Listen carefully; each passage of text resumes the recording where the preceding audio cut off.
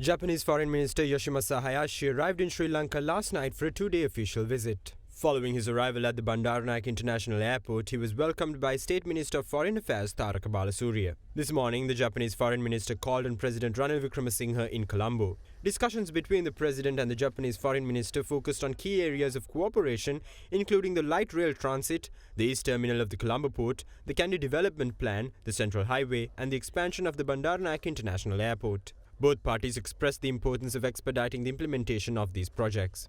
Additionally, they held discussions on bilateral, regional and global issues, emphasizing their shared commitment to maintaining the region as a peaceful and stable area. President Wickremesinghe also highlighted the investment opportunities in Sri Lanka's high-tech industries, envisioning a transformation from a labour market-oriented economy to one that caters to cutting-edge technological advancements. I have to thank you for being here such a short time after my visit to Japan. It shows the importance we have of further strengthening our relation.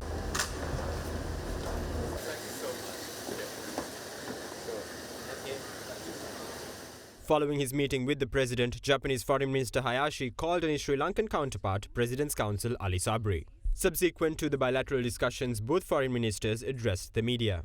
Japan is a trusted partner, and with clear indicators of Sri Lanka's gradual economic recovery, both the President and I invited Japan to resume the Japanese investment project which are currently in the pipeline, and invited fresh investment from Japan in several sectors such as power, infrastructure, including port and highways sectors, dedicated investment zones, as well as the green and digital economy. The Sri Lankan side also outlined to the Japanese delegation the highest priority that Sri Lanka is placing on economic recovery and sustainable growth, including adequate support measures for the vulnerable segment of our society. I also briefed Minister on the recent measures to enhance national reconciliation and unity for all segments of our people in all parts of the country, including the recent proposal put forward by the President on the power sharing under 13th Amendment. Japan has encouraged Sri Lanka in our efforts, including the new TRC mechanism.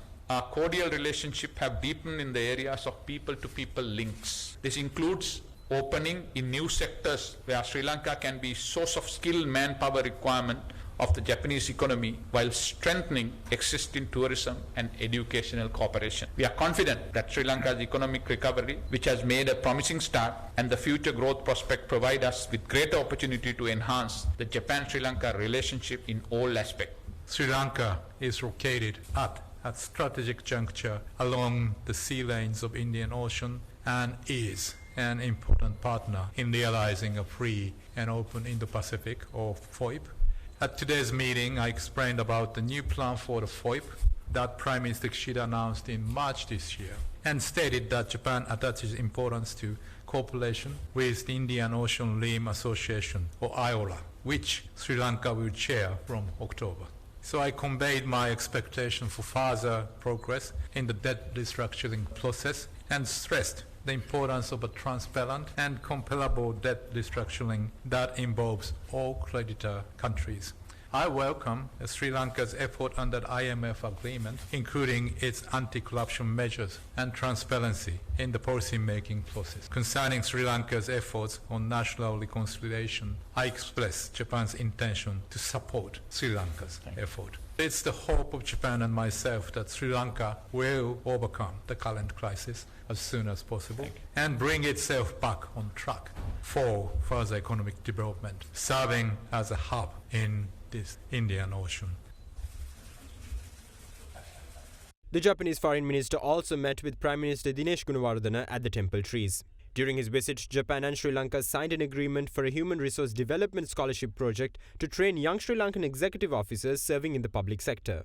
The MOU, which was signed by Japanese ambassador in Colombo Mizukoshi Hideaki and Treasury Secretary Mahinda Siriwardena, provides a Japanese grant of 611 million rupees for the project. The Prime Minister said the high-level visit from Japan to Sri Lanka was important in order to explore potential projects on ports, airports, railways, renewable energy, maritime cooperation and mutual efforts to heighten private sector tie-ups.